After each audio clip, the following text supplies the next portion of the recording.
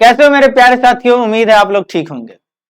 हम लोग भूगोल के फर्स्ट पार्ट भारत संसाधन में उपयोग को पढ़ चुके हैं और अगला टॉपिक है हमारा इसी चैप्टर के पार्ट 1 में ही प्राकृतिक संसाधन, है ना। अगला चैप्टर क्या है बुआ जी? इसी में क है प्राकृतिक संसाधन। ऐसी प्राकृतिक संसाधन को हम लोग पढ़ते हैं, तो आइए हम लोग देखते हैं प्राकृतिक संसाधन क्या होता है ना। इसमें कौन कौन से संसाधन का अध्ययन करना पड़ता है, चलिए विस्तार पूर्वक पढ़ते हैं। पढ़े वही जो एग्जाम में आए। चलिए देखिए, प्राकृतिक संसाधन क्या होता है। प्राकृतिक संसाधन क्या होता है? वैसा संसाधन जो सीधे तौर पर प्राकृतिक से प्राप्त हो जाए, है ना। वैसा संसाधन जो सीधे हमको प्राकृतिक से जो मिला है उसे क्या कहते हैं? प्राकृतिक संसाधन कहते हैं। वैसा संसाधन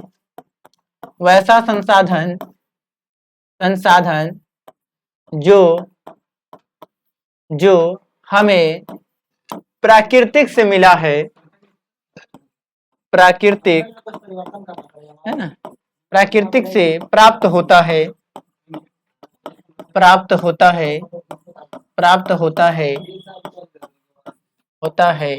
उसे, है ना, उसे क्या कहते हैं? तो उसे प्राकृतिक संसाधन कहते हैं। उसे प्राकृतिक संसाधन कहते हैं। उसे प्राकृतिक संसाधन कहते हैं। प्राकृतिक संसाधन कहते हैं, है ना। संसाधन कहते हैं वैसा संसाधन जो हमें प्राकृतिक से प्राप्त होता है, सीधे प्राकृतिक से प्राप्त होता है, उसे क्या कहते हैं? प्राकृतिक संसाधन कहते हैं। जैसे देखिए, आपको हवा लग रही है अभी, ये हवा जो है, जो कहाँ है? प्राकृतिक से हमें मिलता है। अब पंखा का बात नहीं करना, ये पंखा चलता है, हवा को देता है आपको। हवा जो है, जो किसके माध्यम से है? प्राकृतिक के माध्यम से है। तो हवा क्या है? प्राकृतिक संसाधन। हवा क्या है? प्राकृतिक संसाधन। जिस भूमि पर, है ना, जिस धरा से हमको अनाज उगती है, वो अनाज क्या है बुआ जी? प्राकृतिक समुद्र, है ना। जो जिस भूमि से हमको अनाज प्राप्त होता है, ये भूमि क्या है? प्राकृतिक संसाधन। ये जल क्या है? जो जीवन का आधार है, जल, ये जल क्या है? प्राकृतिक संसाधन है ना। ये जल क्या है? प्राकृतिक संसाधन है। इसके अलावा खनिज का अगर बात करते हैं, सोना चांदी, है ना, पेट्रोलियम का अगर बात करते हैं, डीजल का बात करते हैं, ये सब क्या है? तो ये सभी प्राकृतिक संसाधन है। ये सब हमको प्राकृतिक से प्राप्त होता है। तो प्राकृतिक संसाधन किसे हैं? वैसा संसाधन जो हमें प्राकृतिक से प्राप्त होता है उसे प्राकृतिक संसाधन कहते हैं। हवा, भूमि, जल, खनिज, सोना चांदी, पेट्रोल, डीजल, ये सब हमको प्राप्त होता है, प्राकृतिक संसाधन। चलिए अब प्राकृतिक संसाधन को आगे बढ़ते हैं। प्राकृतिक संसाधन में सबसे पहला टॉपिक आता है भूमि। तो भूमि के बारे में पढ़ते हैं। सबसे पहला ये भूमि भी एक प्राकृतिक संसाधन है। इसमें जो हमारा चैप्टर है, इसमें मृदा के बारे में बात किया गया। जब मृदा क्या होता है? देखिए, मृदा मतलब होता है मिट्टी। मृदा मतलब क्या होता है? मिट्टी होता है। क्या होता है? मिट्टी। मृदा मतलब क्या होता है? मिट्टी होता है ना। अब ये सबसे पहला सवाल यही हमारा आ सकता है, जब मृदा बनता कैसे है? मृदा का क्या निर्माण? मृदा का निर्माण कैसे होता है? मृदा का निर्माण कैसे होता है? तो मृदा का निर्माण एक दिन में मृदा नहीं बन जाता है, मिट्टी नहीं बनता है, इसमें लाखों वर्ष लग जाते हैं मृदा के निर्माण में। तो मृदा के निर्माण जो है कोई अल्पकालीन, है ना, अल्पकालीन नहीं है, दीर्घकालीन है। मृदा का निर्माण जो है अल्पकालीन नहीं होकर दीर्घकालीन है। ये बात हमको याद रखें। दूसरा बात ये है, जब चट्टाने जो है टूटती फूटती हैं, जब चट्टाने टूटती फूटती है, तब उससे जाकर क्या होता है? मृदा का निर्माण होता है। जब चट्टाने टूटती फूटती है, यानी कि अवक्षेपण होती है ना, निक्षेपण होती है, उसके माध्यम से क्या होता है? मृदा का निर्माण होता है। ठीक है, मृदा का निर्माण। मृदा के निर्माण में कौन से कारक है? किस किस कारण से मृदा का निर्माण होता है? तो देखिए, एक समय भी है कारण, समय के कारण भी मृदा का निर्माण होता है। खनिज के कण जो होते हैं, जो खनिज के कण होते हैं, उनसे भी मृदा का निर्माण होता है। जैव पदार्थ, जो जैविक पदार्थ है, उससे भी मृदा का निर्माण होता है। वनस्पति जो होता है, जो देखिए होगा कभी, देखिए पत्ता उता सौर उड़ जाता है, पत्ता उता सड़ते सड़ते धीरे धीरे मिट्टी हो जाता है। देख रहे हो, कहीं पर मान लीजिए कहीं पर गड्ढा है, अब वहां पर आप पत्ता रख रहे हैं, पत्ता फेंक रहे हैं, तो पत्ता आप जो फेंक रहे हैं तो वो भी सड़ेगा और सड़ के कुछ ना कुछ भाग को, मिट्टी के कुछ ना कुछ भाग को ऊपर लाएगा, वो मिट्टी बन जाता है, मिट्टी बन जाता है, यानी कि मृदा वहां पर बढ़ रहा है, मृदा वहां पर बढ़े, यानी कि वनस्पति भी मृदा के निर्माण में कारक है। जलवायु भी मृदा के निर्माण में क्या है बोले, एक महत्वपूर्ण कारक है ना। चट्टान तो है ही, है ना, उच्चावच जो कृतियां है, जो पर्वतें हैं, पहाड़े हैं, ये सब तो है ही। तो मृदा का निर्माण किससे होता है, तो चट्टानों के टूटने फूटने से जो अवक्षेपण होती है, जो अवशेष होता है, उससे क्या बनता है, मृदा बनता है। चट्टानों के टूटने फूटने से, चट्टानों के टूटने फूटने से जो अवक्षेपण होता है, उसी अवक्षेषण हुए अवशेष से क्या बनता है, मृदा का निर्माण होता है। ये अल्पकालीन नहीं, ये दीर्घकालीन प्रक्रिया है ना। मृदा का निर्माण, मृदा का निर्माण क्या लिखेंगे वह, लिखेंगे मृदा का निर्माण, मृदा का निर्माण एक दीर्घकालीन प्रक्रिया है, एक दीर्घकालीन प्रक्रिया है। मृदा का निर्माण एक दीर्घकालीन प्रक्रिया है, एक दीर्घकालीन प्रक्रिया है जो चट्टानों के टूटने फूटने से, जो चट्टानों के टूटने फूटने से, है ना, ताप में परिवर्तन आने से, चट्टानों के टूटने फूटने, चट्टानों के टूटे फूटे अवशेष, चट्टानों, है ना, चट्टाने के टूटने फूटने, है ना, टूटने फूटने, है ना, टूटने फूटने से बने अवशेष, है ना, से टूटने फूटने से होता है, से होता है। मृदा का निर्माण क्या होता है, चट्टानों के टूटने फूटने से जो अवशेष प्राप्त होता है, जो अवशेष बच जाता है, झड़ जाता है, जो कण, जो महीन कण झड़ जाता है, उसी महीन कण से मृदा का निर्माण होता है। अगर मृदा के निर्माण के पूछे तो अपने हिसाब से डिफिनेशन लिखा करो, है ना, अपने हिसाब से लिखेंगे। कहेंगे मृदा का निर्माण क्या होता है, तो कहेंगे मृदा का निर्माण, है ना, चट्टानों के टूटने फूटने से जो झड़ा हुआ कण होता है, उस कण से ही मृदा का निर्माण होता है। ये अल्पकालीन नहीं होकर दीर्घकालीन होता है, ये लंबे समय पर बनता है, इसमें ताप में परिवर्तन होता है, टेम्परेचर में परिवर्तन होता है, इस सब कारणों से होता है। चलिए हम लोग आगे जानते हैं मृदा के कितने प्रकार है, तो मृदा के 6 प्रकार, है ना। मृदा के कितने प्रकार है, तो मृदा के 6 प्रकार। मृदा के कितने प्रकार है बोले, मृदा के 6 प्रकार, याद रखना। मृदा पूछेगा एग्जाम में, मृदा के कितने प्रकार है, तो कहना 6 प्रकार। मृदा मतलब मिट्टी, मृदा मतलब मिट्टी होता है, पूछेगा मिट्टी के कितने प्रकार है, तो कहेगा मिट्टी का 6 प्रकार। मिट्टी का कितने प्रकार, 6 प्रकार होते, कितने प्रकार, 6 प्रकार। जिसमें से फर्स्ट प्रकार है जलोढ़ मिट्टी, जलोढ़ मृदा, जलोढ़ मृदा। चलिए हम लोग जानते हैं जलोढ़ मृदा क्या होता है, जलोढ़ मृदा क्या होता है, इसको जानिए। सबसे पहले देखो, जब नदियां, देखो नदियां सबको आप लोग जानते होइएगा, नदियां यूं चलती है ना, नदियां एक प्रकार की डिस्को डांसर है, देखिए ऐसे चलती है बेचारी, कभी कमरिया इधर, कभी कमरिया उधर, कभी कमरिया इधर, कभी कमरिया उधर। नदियां डिस्को डांसर एक प्रकार की इस प्रकार से चलती है ना, नदियां इस प्रकार से चलती है। और ये क्या करती है, ये काटती है, देखिए भूमि को काटती लाती है, इससे टकराएगी, इसे काटते काटते लाती है। और ये काट कर लाकर क्या करती है, कुछ, है ना, कण जो होता है, कुछ मिट्टी जो होते हैं उसको जमा कर देती है, किनारे किनारे जमा करती चली जाती है ना, किनारे किनारे क्या करती चली जाती है, जमा करती चली जाती है। तो नदियों के द्वारा बहा कर लाई गई मिट्टी को जलोढ़ मिट्टी कहते हैं, नदियों के द्वारा बहा कर लाई गई मिट्टी को जलोढ़ मिट्टी कहते हैं, याद रखना है। नदियों के द्वारा, है ना, नदियों के, एक मिनट बोलिए, नदियों के द्वारा बहा कर लाई गई मिट्टी को जलोढ़ मिट्टी कहते हैं, है ना। लिखेंगे नदियों के द्वारा, नदियों के द्वारा बहाकर,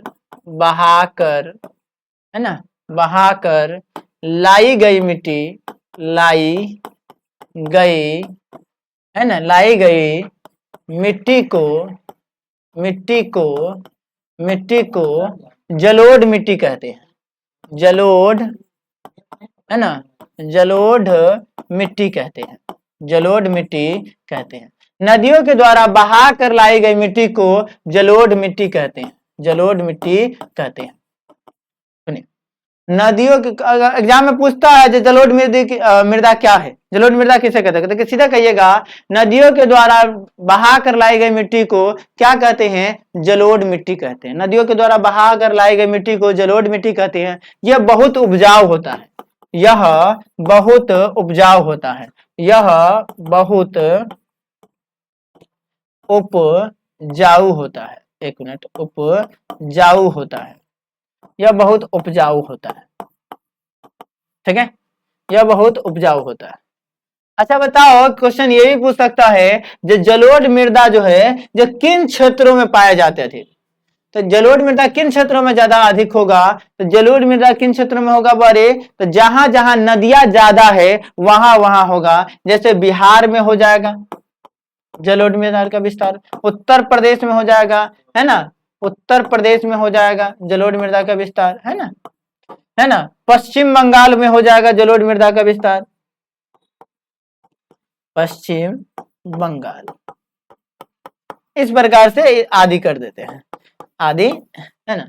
तो जहां जहां बुआ जी, है ना, नदियां ज्यादा होगी वही ना ज्यादा माने कि बहा कर लाएगी मिट्टी को, काट काट के लाएगी, और वही काट के लाएगी तो वहीं पर ज्यादा विस्तार होगा। तो बिहार, उत्तर प्रदेश, पश्चिम बंगाल ये सब क्षेत्रों में क्या होता है, जलोढ़ मृदा की अधिकता है, ज्यादा उपजाऊ क्षेत्र होते हैं ये सब, है ना, ज्यादा उपजाऊ। देखो जलोढ़ मृदा को आयु के आधार पर, इसी में लिख लेते हैं जलोढ़ मृदा को, एक मिनट रुकिए,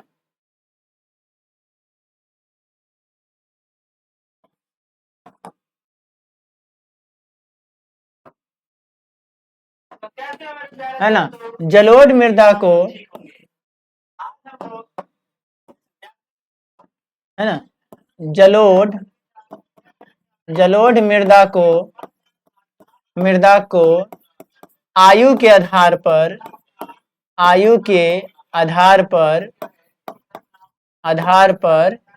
है ना, आधार पर दो भागों में बांटा जाता है। कितने भागों में, दो भागों में बांटा जाता है। जलोढ़ मृदा को आयु के आधार पर दो भागों में बांटा जाता है। जलोढ़ मृदा को आयु के आधार पर कितने भागों में, दो भागों में बांटा जाता है। एक भाग कहलाता है खादर और दूसरा भाग कहलाता है बांगर। एक भाग कहलाता है खादर और दूसरा भाग कहलाता है बांगर, है ना, बांगर। एक भाग क्या कहलाता है, खादर कहलाता है, और दूसरा भाग क्या कहलाता है, बांगर कहलाता है। चलिए हम लोग जानते हैं, एग्जाम में आता भी है जो खादर मिट्टी किसे कहते हैं और बांगर मिट्टी किसे कहते हैं, ये भी पूछता है जो खादर मिट्टी किसे कहते हैं और बांगर मिट्टी किसे कहते हैं। जानते हैं खादर मिट्टी क्या होता है, क्या कहेंगे, देखिए आयु के आधार पर, मतलब एगो पुरनका होगा एगो नयिका होगा। आयु के आधार पर कहने का मतलब होगा एक पुरनका होगा और एक नयिका होगा। तो देखिए खादर जो है नया है, खादर क्या है बारे, नया है, खादर क्या है, नया है, ये नया है। और बांगर क्या है बारे, पुराना है, बांगर क्या है, पुराना है। खादर क्या है बारे, तो खादर जो है नया है। देखिए दोनों जलोढ़ मिट्टी है, खादर भी जलोढ़ मिट्टी है और बांगर भी जलोढ़ मिट्टी है, लेकिन खादर जो जलोढ़ मिट्टी है वो नया जलोढ़ मिट्टी है, नई जलोढ़ मिट्टी है, और बांगर जो है पुरानी जलोढ़ मिट्टी है। तो अगर एक लाइन में अगर कोई परिभाषा कहे तो खादर के बारे में कहे, नई जलोढ़ मिट्टी को क्या कहते हैं, खादर कहते हैं, पुरानी जलोढ़ मिट्टी को क्या कहते हैं, बांगर कहते हैं। अब नया पुराना का क्या खेल है, देखते हैं क्या मेल है ना, दोनों में क्या मेल है। देखिए ये दोनों में देखेंगे तो इस खादर जो होगा उसमें कंकर जो होगा, कंकर, है ना, कंकर जो होंगे, कण जो होगा वो छोटे छोटे होंगे,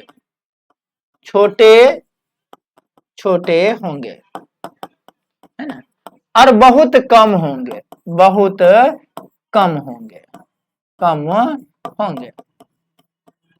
जिसके वजह से यह अधिक उपजाऊ होगा, जिसके वजह से ज्यादा अत्यधिक उपजाऊ होगा, अत्यधिक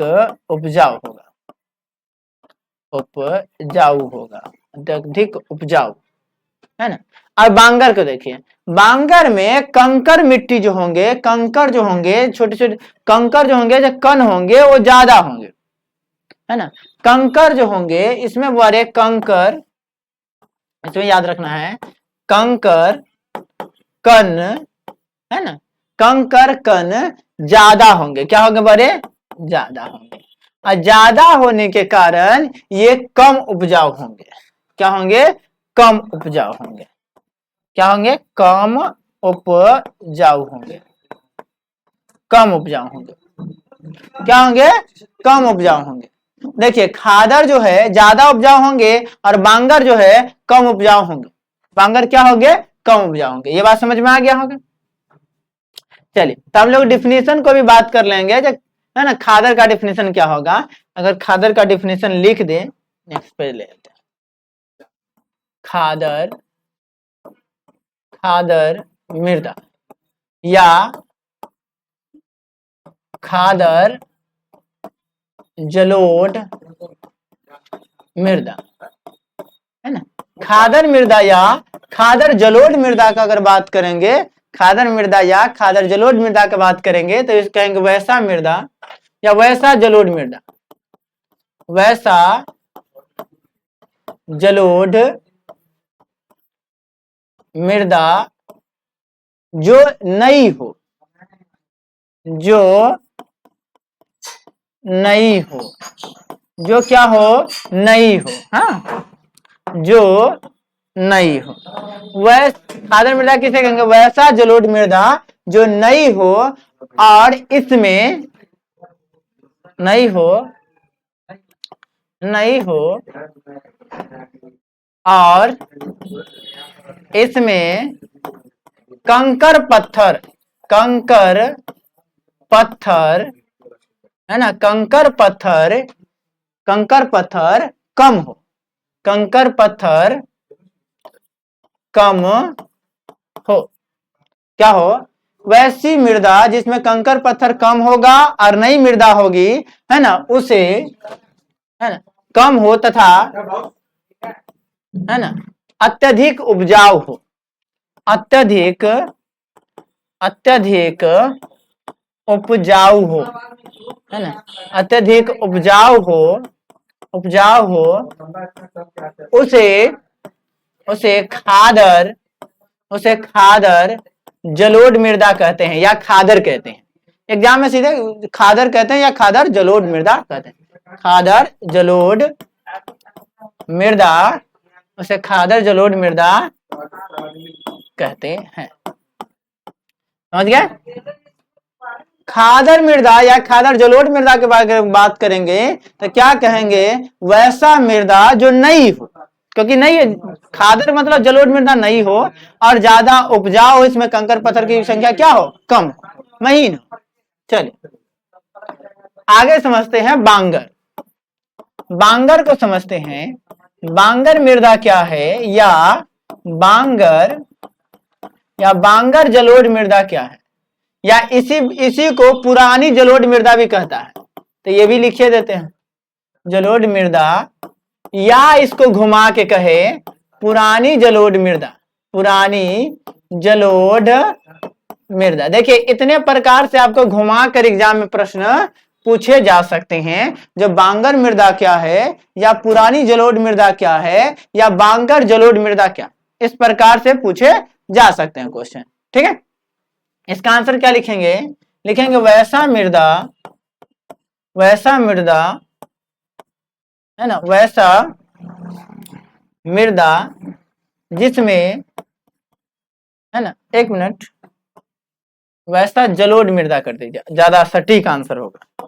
वैसा जलोढ़ मृदा, जलोढ़ मृदा जो पुरानी, जो पुरानी, जो पुरानी तथा उसमें कंकर पत्थर की संख्या, कंकर पत्थर की संख्या, है ना, कंकर पत्थर की संख्या, की संख्या, एक मिनट,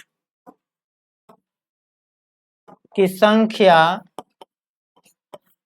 अधिक हो, अधिक हो, अधिक हो, उसे बांगर मृदा कहते हैं या पुरानी जलोढ़ मृदा कहते हैं। बांगर मृदा कहते हैं, बांगल मृदा कहते हैं, बांगर मृदा कहते हैं, है ना।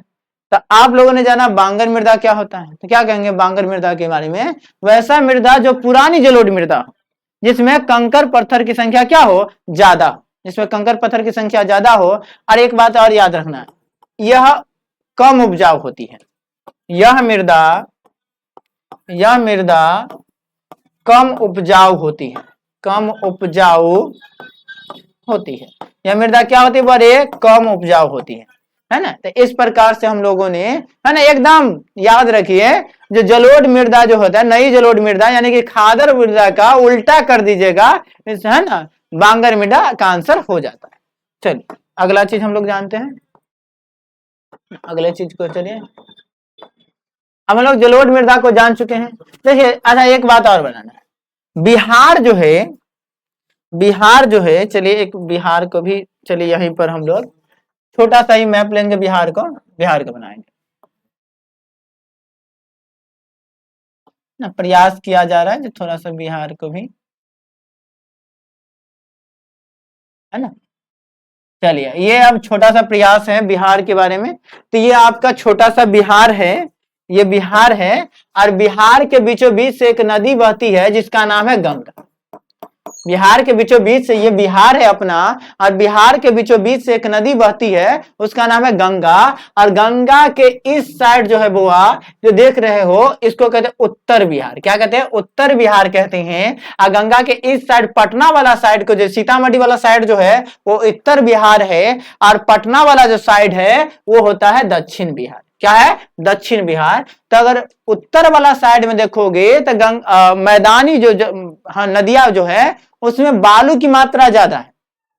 उत्तर वाला साइड में बालू की मात्रा क्या है? ज्यादा है। और इसी के वजह से यहाँ के जलोढ़ मृदा को दियारा भूमि कहा जाता है।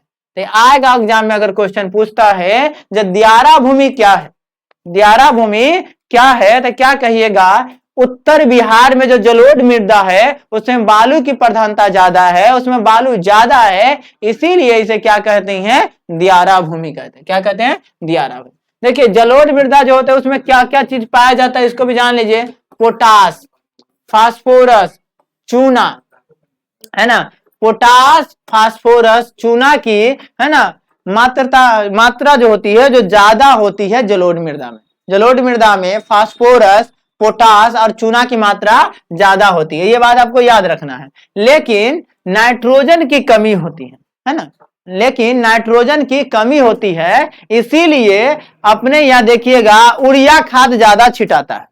इसीलिए यूरिया खाद ज्यादा छिटाता है क्योंकि यूरिया में नाइट्रोजन होता है। क्या होता है? नाइट्रोजन होता है। और इसी के कारण से यहां पर या जो मिट्टी है जो किसके लिए बने? गन्ना के लिए, चावल के लिए, गेहूं के लिए और मक्का के लिए बहुत ही महत्वपूर्ण होती है।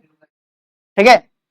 जलोढ़ मिट्टी जो है, जलोढ़ मिट्टी जो है किसके किसके लिए? गन्ना के लिए, चावल के लिए, मक्का के लिए, गेहूं के लिए बहुत ज्यादा उपयोगी होता है, क्योंकि इस समय नाइट्रोजन की उतना जरूरत नहीं होती है। चलिए, लेकिन इस जगह, उस भूमि में नाइट्रोजन की मात्रा बढ़ाने के लिए, क्योंकि हम लोग जानते हैं नाइट्रोजन की मात्रा तब बढ़ेगी किसी फसले में, है ना, जमीन में जब नाइट्रोजन की मात्रा तब बढ़ेगी जब हम दलहन फसल लगाएंगे। दलहन फसल बहुत ही महत्वपूर्ण होता है। अगर हम दलहन का खेती करते हैं तो खेत में नाइट्रोजन की मात्रा बढ़ जाती है। ये इंपोर्टेंट बात है। दलहन फसलें जो होती है जो किसके लिए जिम्मेवार है? नाइट्रोजन के लिए जिम्मेवार है। किसके लिए जिम्मेवार है? नाइट्रोजन के लिए जिम्मेवार है, जो क्या करता है? गहन कृषि के लिए की जाती है ना, अधिक उपजाऊ बना देती। चलिए आगे चलिए। पुराना जलोढ़ मृदा, नई जलोढ़ मृदा समझ गए कैसे हुआ? जो पुराने वैसा मृदा समझिए। नदियां जो है, अब देखिए पुरानी जलोढ़ मृदा कैसे हो जाता है? क्योंकि नदियां जो होती है जो हमेशा रास्ता चेंज करती रहती है, और जब रास्ता चेंज करती है और नए पुराने जो रास्ता से छूट जाती है, जिससे पहले जाती थी, वो रास्ता जो छूट जाता है वो रास्ता पर अब दोबारा पानी उनी नहीं जाता है। और वहां पर जो धूल कण यहाँ से जो बहा कर ले जाती थी जो मिट्टी वहां पर नहीं पहुंचता है, जिसके कारण से वहां पर कंकर पत्थर ज्यादा बढ़ जाता है और वो क्या होता है? उपजा कम हो जाता है। ये बात। देखिए पुराने जलोढ़ मिट्टी में कंकर बजरी की मात्रा अधिक होती है, इसीलिए इसे बांगर कहते हैं, है ना। और बांगर के तुलना में नई जलोढ़ मिट्टी जो होती है उसमें क्या होता है, कंकर पत्थर की जनसंख्या कम होती है, इसीलिए इसे खादर कहा जाता है। ठीक है, चलिए अगला टॉपिक है। अब अगला आता है काली मृदा। अब देखो काली मृदा आ गया है, यानी कि काली मिट्टी की, मृदा मतलब होता है मिट्टी। हम लोग जानेंगे जो काली मिट्टा क्या है। देखो काली मिट्टा के सबसे पहले, सॉरी, काली मिट्टी का रंग सबसे पहले कथी होता है, करिकवा होता है, काला होता है। तो कलवा सब ध्यान से सुनो, है ना, कलवा सबको ध्यान रखना है। काली मृदा जो होता है, काली मृदा जो होता है वो क्या होता है, काला होता है। ठीक है, क्या होता है, काला होता है। क्यों काला होता है, इसलिए काला होता है क्योंकि उसमें एल्युमिनियम और लोहा की मात्रा होती है। क्या होता है, उसमें एल्युमिनियम और लोहा की मात्रा होती है। क्या होता है बड़े, एल्युमिनियम और लोहा की मात्रा होने के कारण काली मिट्टी जो होती है जो काला होता है। करिकवा काहे होता है जी, एल्युमिनियम और लोहा के कारण। किसके कारण, एल्युमिनियम और लोहा के कारण, है ना। अच्छा एक बात और याद रखिएगा, कपास की खेती, है ना, कपास की खेती जो है सबसे ज्यादा काली मिट्टी पर की जाती है। कपास की खेती जो है सबसे ज्यादा किस, है ना, किस मिट्टी पर, काली मिट्टी पर। याद रखना है, कपास की खेती सबसे ज्यादा किस मिट्टी पर, काली मिट्टी पर। यह बात आपको याद रखना है। काली मृदा को काली कपास मृदा भी कहा जाता है, काली कपास मृदा भी कहा जाता है। काली मृदा को काली कपास मृदा भी कहा जाता है, और इसलिए वो कहा जाता है क्योंकि इस पर सबसे ज्यादा काली मिट्टी पर कपास की खेती होती है। याद रखना, सबसे ज्यादा पूछता एग्जाम में, सीधे पूछ लेगा आपसे, है ना, जो काली मिट्टी पर किस फसल की खेती की जाती है, तो कहना कपास। क्या कहोगे, कपास। करिकवा मिट्टी जो होता है उसमें किस चीज की मात्रा होती है, कैला करिकवा होता है, एल्युमिनियम और लोहा यौगिक होने के कारण, एल्युमिनियम और लोहा के यौगिक होने के कारण। चलिए, इस मिट्टी की सबसे बड़ी विशेषता होता है जिसमें नमी धारण करने की क्षमता ज्यादा होती है। नमी मतलब इस पानी को ज्यादा एब्जॉर्ब करने की क्षमता होती है। देखिए कपास के उत्पादन, जो कपास जो होता है, कपास के उत्पादन तब वहीं पर हो सकता है जहां पर ज्यादा नमी होता है, नमी वाले क्षेत्र में ही हो सकता है। तो कपास ये इस मिट्टी में सबसे पहले क्या होता है, ये नमी को ज्यादा एब्जॉर्ब करती है। नमी को क्या करती है, ज्यादा एब्जॉर्ब करती है। इस मृदा में और भी क्या क्या चीज होते हैं, तो कैल्शियम कार्बोनेट होती है, है ना, कैल्शियम कार्बोनेट होती है, मैग्नीशियम होते हैं, पोटास होते हैं और चूना होते हैं। क्या होते हैं, चूना होते हैं। इसमें फास्फोरस की कमी होती है, ये बात आपको याद रखना है। काली मृदा जो होती है इसमें क्या होती है, फास्फोरस की कमी होती है। काली मृदा में क्या होती है, काली मृदा में फास्फोरस की कमी होती है। काली मृदा कैला करिकवा होता है क्योंकि उसमें एल्युमिनियम और लोह युक्त होते हैं। चलिए, ये थे महत्वपूर्ण बात इसके। अब हम जानते हैं ललका और प्यारका मिट्टी के बारे में, है ना। ललका और प्यारका मिट्टी के कारण देखिए, लाल मिट्टी जो होता है, लाल मिट्टी जो होता है, अच्छा हम लोग अपने खून के बारे में थोड़ा सा बात करेंगे। हम लोग के जो खून है, चलो खून नहीं अच्छा लगेगा, रक्त का बात करते हैं, है ना। मान लीजिए हम लोग रक्त का बात करते हैं। हम लोगों का जो रक्त है जो लाल है, क्या है, लाल है। अरे लाल जो है हीमोग्लोबिन के कारण है। अगर इसमें हीमोग्लोबिन बनता, है ना, हीमोग्लोबिन, सॉरी,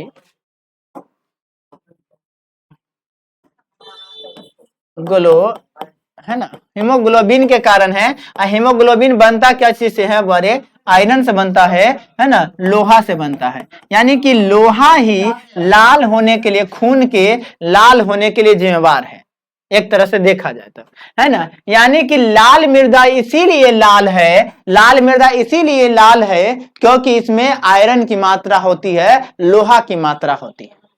किसकी मात्रा होती है, लोहा की मात्रा होती है, इसीलिए लाल होता है। लेकिन ये जल से अभिक्रिया करने के बाद, अभिक्रिया करने के बाद ये क्या हो जाता है, पीले रंग की हो जाती है। ये मिट्टी किस रंग की हो जाती है, पीले रंग की हो जाती है। देखिए लाल मृदा जो होता है, जल जैसे ही लाल मृदा के साथ मिलता है तो ये क्या हो जाता है, पीले रंग की हो जाता है। कौन से रंग का हो जाता है, पीले रंग का हो जाता है।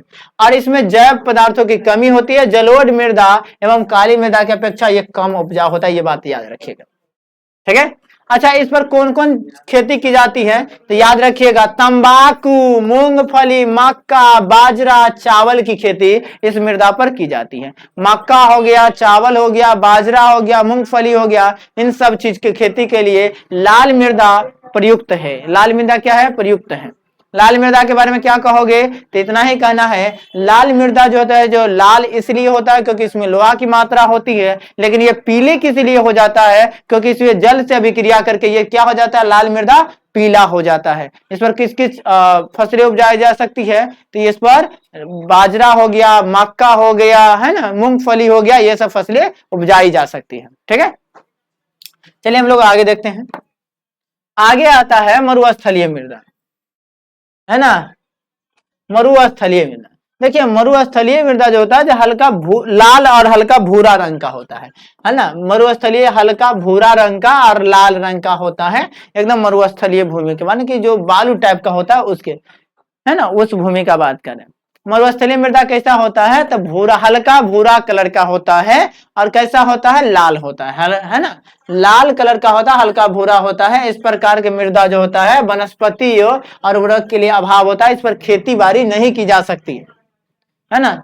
इस पर खेती बाड़ी नहीं की जा सकती मरुस्थल में। जैसे राजस्थान का जो थार वाला जो क्षेत्र है वो मरुस्थलीय क्षेत्र है, उस पर खेती बाड़ी करना संभव नहीं होता है ऐसे क्षेत्रों में। ठीक है, इस पर कोई गेहूं का उत्पादन, है ना, कपास के उत्पादन, ये सब किया जाता है, लेकिन अगर तभी करेंगे जब बहुत ज्यादा सिंचाई करेंगे तब, है ना, अत्यधिक सिंचाई की व्यवस्था करके ही करना पड़ेगा, अन्यथा इसमें खेती करना क्या होता है? संभव नहीं होता है। आगे समझिए। अब एक आता है पर्वतीय मृदा। देखिए, पर्वतीय मृदा, पर्वतीय मतलब पहाड़ी क्षेत्रों से लेना देना है, तो पर्वतीय मृदा किसे कहेंगे? पर्वतीय पहाड़ी क्षेत्रों में देखने को मिलता है यह मृदा। अब देखिए, पहाड़ी क्षेत्र में जो टूटने फूटने से जो चट्टानों का टूटता फूटता है, वही चट्टाने जो एक लेवल में आ जाता है, वही कहलाता है पर्वतीय मृदा। इसमें अम्लीयता की मात्रा ज्यादा होता है, इस मृदा में अम्लीयता की मात्रा ज्यादा होता है और ह्यूमियस की मात्रा ज्यादा होता है। ठीक है, इस पर क्या होता है? अरे, अम्लीयता की मात्रा ज्यादा होता है और ह्यूमस की मात्रा ज्यादा होता है, इसीलिए यह आलू के खेती के लिए महत्वपूर्ण होता है। इसके लिए आलू के खेती के लिए और चावल के खेती के लिए महत्वपूर्ण होता है। ठीक है, तो क्या जाने हम लोगों ने? कितने मृदा को जाने हैं? तो हम लोग 6 मृदा को जाने। थोड़ा सा याद कीजिए। पहला आप लोग जाने हैं जलोढ़ मृदा। जलोढ़ मृदा नदियों के द्वारा बहा कर लाई गई मृदा को क्या कहेंगे? जलोढ़ मृदा कहेंगे। ये 2 प्रकार के होते हैं, एक नई, नई को क्या कहते हैं? खादर, और एक होता है बांगर, है ना, जो पुरानी है। इसमें ज्यादा कम कंकर पत्थर होगा, अधिक उपजाऊ होगा, इसमें ज्यादा कंकर पत्थर होगा, कम उपजाऊ होगा। दूसरा हम लोग क्या पढ़े? दूसरा हम लोग पढ़े काली मृदा, है ना। क्या पढ़ लिए? काली मृदा। काली मृदा क्या होगा? करिकवा होगा और कपास की खेती के लिए महत्वपूर्ण होगा। और करिकवा इसलिए होगा क्योंकि एल्युमिनियम और लोहा इसमें पाया जाएगा। तीसरा हम लोग क्या पढ़े? हम पढ़े लाल, है ना, लाल या पीली मृदा। लाल या पीली मृदा, लाल या पीली मृदा। लाल या पीली मृदा किसे कहेंगे? तो वैसा मृदा जो कहती हो लाल हो। लाल किसके कारण हो? तो लाल जो होता है वो किसके कारण होता है लाल? तो ये लाल होता है आयरन के कारण, लोहा के कारण ये लाल होता है, और ये जल के साथ अभिक्रिया करता है तो ये पीला हो जाता है ना। क्या हो जाता है? पीला हो जाता है। ये चावल के लिए, है ना, गेहूं के लिए, मक्का के लिए ज्यादा इंपोर्टेंट होता है, ज्यादा उपयोगी होता है। लेकिन सब पूछेगा सबसे ज्यादा उपजाऊ मृदा कौन है? तो कहना जलोढ़ मृदा। उसके बाद चौथा हम लोग जाने, है ना, मरुस्थलीय मृदा। मरुस्थलीय, मरुस्थलीय मृदा, मरुस्थलीय मृदा जो है ना, ये मरुस्थलीय मृदा क्या होता है? तो क्या कहिएगा? वैसा मृदा, क्या कहिएगा? वैसा मृदा जो क्या, जो जिसमें ज्यादा सिंचाई करने की जरूरत होती है, वैसे वनस्पति इस पर उगना संभव नहीं होता है ना। ये थोड़ा हल्का लाल रंग का, पीले रंग का होता है। उसके बाद हम लोगों ने जाना, है ना, पर्वतीय मृदा। किसको जाना बड़े? पर्वतीय मृदा को, पर्वतीय मृदा को जाना। किसको जानने के बारे? पर्वतीय मृदा को जाने। पर्वतीय मृदा क्या होता है? तो पर्वतीय मृदा में हम लोग ये जाना, जो पर्वत के भागों में, क्षेत्रों में जो मृदाएं होती है वो पर्वतीय मृदा होती है। इसमें अम्लीय होता है, क्या होता है? अम्लीय पाया जाता है और ह्यूमस पाया जाता है। अम्लीय और ह्यूमस पाया जाता है। इसमें आलू और चावल के लिए ज्यादा इंपोर्टेंट होते हैं ये। कहता है भूमि का उपयोग निम्नलिखित वर्ग में बताइए। भूमि का प्रयोग के बताइए, भूमि का कहाँ कहाँ उपयोग है ना, वर्ग बताइए। तो वन के विस्तार से है भूमि का उपयोग, है ना। शुद्ध बोई गई भूमि से भूमि का उपयोग। गैर सरकारी किसी कार्य के लिए भूमि का उपयोग है। अस्थायी चारागाह के लिए भूमि का प्रयोग है ना। पड़ती भूमि के लिए, है ना। ये सब इंपोर्टेंट बात है। अगर चलो इसको बता ही देते। अच्छा, तथा भूमि के उपयोग को निम्नलिखित वर्ग में बताइए। भूमि के उपयोग को कितने वर्गों में? एक वन के विस्तार के वर्ग में बांटा गया है। वन के विस्तार जो किस किस क्षेत्रों में फैला उसके हिसाब से बांट दिया भूमि को, उपयोग कर रहे वन के लिए। उसके बाद कृषि के लिए जो अयोग्य भूमि है, बंजर भूमि है, कृषि अयोग्य भूमि माने कि जहां पर खेती बाड़ी नहीं हो सकती है, वो बंजर भूमि है, उसका उपयोग करने के लिए भी बना गया। चलिए, गैर कृषि कार्य में संलग्न भूमि, इमारत, सड़क जैसे बहुत सारा ऐसा जगह है जहां पर घर बन गया। जहां पर घर बन गए वहां पर भूमि है ना, भूमि है, उसका उपयोग दूसरे रूप में हो रहा है, उपजा के रूप में नहीं हो रहा। अस्थायी चारागाह एवं गोचर भूमि, कुछ जगह ऐसे हैं जो माल जाल के बस चराने के लिए रखा गया, वहां पर कोई खेती बाड़ी नहीं होता है, तो वो ये हो जाएगा अस्थायी चारागाह वाला भूमि। तथा बाग बगीचे एवं उपवन से संलग्न भूमि, है ना। बहुत सारे लोग बाग बगीचे रखते हैं, वहां पर कोई खेती बाड़ी नहीं होता, बाग बगीचे, लेकिन भूमि का उपयोग हो रहा है, बाग बगीचे के रूप में हो रहा है। चलिए, जैसे कहता है कृषि योग्य भूमि, है ना, कृषि योग्य बंजर भूमि, खेती करने लायक भूमि हो लेकिन वो बंजर हो गई हो, जिसका उपयोग 5 वर्षों से अभी तक नहीं हुआ, जिसको पड़ती भी कहते हैं। जब फन्नावा का खेत पड़ती है, पड़ती का मतलब है, पड़ती किसको कहेंगे? जब 5 वर्षों से जहां पर खेती नहीं हुआ है उसे पड़ती कहते हैं। बंजर कृषि खेती वहां पर हो सकता है लेकिन खेती नहीं किया जा सकता है, तो कृषि योग्य बंजर भूमि उसे कहा जाता है। ठीक है, वो भी उपयोग में लाया जा सकता है ना। वर्तमान में जो धरती है, जो पड़ती भूमि है, वो भी उपयोग में आ सकता है। वर्तमान में पड़ती भूमि के अतिरिक्त पर वह भूमि 5 वर्षों से उस पर खेती नहीं किया गया, उस पड़ती भूमि के बारे में बात कर रहा है, और जिस पर खेती की जा रही है सब। तो इस प्रकार से हम उपयोग में लाते हैं। कुछ खेती कर रहे हैं, कुछ पर घर बना के रहे हुए हैं, कुछ पर कुछ बगीचाए लगाए हुए। किस किस प्रकार से भूमि का उपयोग कर रहे हैं? बगीचाए लगा रहे हैं, तो कुछ पर क्या किया है? बगाने लगा रहे हैं, कुछ को जानवरों को चलने के लिए गोचर, है ना, चरागाह लगाए हुए हैं। तो इस प्रकार से हम लोग जाने। चलिए, अब आता है भू संरक्षण, है ना। भू क्षरण और भू संरक्षण से क्या समझते हैं? भूमि का, है ना, भूमि का क्षरण होना ही भू क्षरण कहलाता है, तथा भूमि का बचाव करना, है ना, जिस तरीके से हम भूमि का बचाव करेंगे वो भू संरक्षण कहलाता है। भूमि का क्षरण होना ही भू क्षरण कहलाता है। देखिए, भूमि का क्षरण अपवर्धन के सेंस में है। सीधे कहिएगा, भूमि का, देखिए लिखे हैं, मृदा को अपने स्थान से किसी दूसरे स्थान पर स्थानांतरित होना ही भूक्षरण कहलाता है। माने कि मृदा जो है एक स्थान से दूसरे स्थान का चल जाना, यानी अपवर्धन होना। कभी कभी यही पूछ लेगा, भूक्षरण के जगह पर भू अपवर्धन पूछ लेगा। देखिए, दोनों टॉपिक एक ही हो, भूक्षरण रहे या भू अपवर्धन,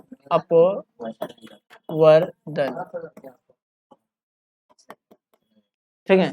भूक्षरण या भू अपवर्धन, भूक्षरण या भू अपवर्धन रहेगा। ये दोनों जो होता है, ये दोनों का अगर बात करेंगे तो कहेंगे जब भूमि किसी कारणवश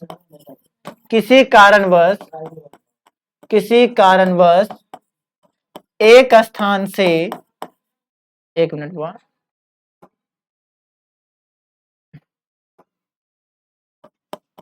एक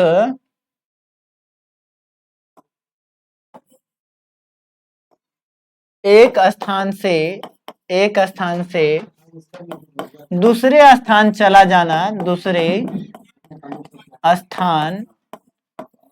जाना, है ना, चला जाना ही भूक्षरण या भू अपवर्धन कहलाता है। भूक्षरण या भू अपवर्दन कहलाता है। भू अपवर्दन कहलाता है। देखिए भूक्षरण, देखिए भूक्षरण के बारे में, जब भूमि है ना, भूमि जो है, भूमि के जो कण है ऊपर के जो शक्ति है ना, भूमि है, जो किसी कारणवश एक स्थान से दूसरे स्थान पर चल जाता है, भूमि के जो है ना स्थान है एक स्थान से दूसरे कारण स्थानांतरित हो जाता है, वही भूमि क्षरण कहलाता है, वो भूमि अपवर्दन कहलाता है। इसके कई कारण हो सकते हैं। इसका कारण ये हवा हो सकता है, हवा को इंग्लिश में क्या, सॉरी हिंदी में क्या कहेंगे, पवन कहेंगे। तो पवन हो सकता है, तो पवन के कारण होगा तो पवन अपवर्दन कहलाएगा, अपवर्दन ना, पवन अपवर्दन कहलाएगा, अपवर्दन। लेकिन अपवर्दन नहीं होगा, अपवर्दन होता है। एक मिनट रुकिए, अपवर्दन, अपवर्दन है ना, ये पवन अपवर्दन कहलाएगा। अगर मान लीजिए पवन अपवर्दन कहलाएगा, या मान लीजिए जल के कारण होगा, है ना, वर्षा ज्यादा होगी तो जल के कारण होगा, तो जल अपवर्दन कहलाएगा, अपवर्दन। जल अपवर्दन के कारण हो सकता है ना, हवाएं के कारण हो, पवन के कारण, जल के कारण, इस सब के कारण, और भी कई कारण है जिसके कारण है ना भूमि का अपवर्दन होता है या क्षरण होता है। तो क्या कहिएगा, जैसे अगर आ जाएगा पवन अपवर्दन से आप क्या समझते हैं, आ जाएगा क्वेश्चन, पवन अपवर्दन से आप क्या समझते हैं, पवन अपवर्दन से आप क्या समझते हैं। तो क्या कहोगे, वैसा अपवर्दन जिसमें हवा के कारण भूमि जो है एक स्थान से दूसरे स्थान पर चला जाता है। भूमि के जो धूल कण होता है जो एक स्थान से दूसरे स्थान चला जाता है, वो क्या कहलाता है ना, पवन अपवर्दन कहलाता है। यही जल अपवर्दन रहेगा तो क्या कहेंगे, वैसा अपवर्दन, वैसा क्षरण जिसमें क्या होता है, जब भारी वर्षा होती है तो उसके कारण जल के साथ ही जो धूल कण होते हैं, जो भूमि होती है, जो दह कर क्या चल जाती है, एक स्थान से दूसरे स्थान चली जाती है ना, तो वो क्या कहलाता है, तो वो कहलाता है जल अपवर्दन। अब हम लोग टॉपिक है भू संरक्षण। भू संरक्षण क्या होता है, वो जैसे समुद्र के लहरन के कारण है, हिमानी के कारण, समुद्र के लहरों के कारण भूक्षरण होता है ना, मृदा का कटाव होता है, यही मृदा का कटाव होता है। चलिए भू संरक्षण क्या है ना, भूमि का बचाव करना ही भू संरक्षण कहलाता है। भूमि का बचाव करना ही भू संरक्षण कहलाता है। तो भू संरक्षण कैसे कैसे कर सकते हैं, तो पेड़ लगाकर भू संरक्षण किया जा सकता है ना, जो समुच्चय खेती, जो पहाड़ी इलाकों में जो खेती कर रहा है वहां पर पट्टिकाएं बनाकर भू संरक्षण किया जा सकता है, ताकि वर्षा हो तो जल है ना उसके माध्यम से, चाहे निम्नीकरण, ज्यादा सिंचाई नहीं करेंगे, जितना सिंचाई की मात्रा हरियाणा वाले क्षेत्र में अगर जाइएगा तो वहां पर इतना सिंचाई किया गया है जो भूमि का निम्नीकरण हो गया, भूमि का निम्नीकरण हो गया है, वहां की उर्वरा शक्ति क्या हो, नीचे चली गई है ना, जिससे वो जमीन जो है लवणीय हो गया है ना। तो जितना मात्रा में सिंचाई की जरूरत है उतना ही मात्रा में सिंचाई करना, ये सब तरीके को फॉलो करके हम भू का संरक्षण कर सकते हैं। भू संरक्षण में पेड़ पौधा लगाएंगे, पट्टिकाओं का प्रयोग करेंगे, सिंचाई जितना उपयुक्त हो उतना ही करके हम लोग भू संरक्षण कर सकते हैं। आज के लिए इतना ही और आपका ये चैप्टर समाप्त होता है। मेरे साथ बने रहने के लिए धन्यवाद।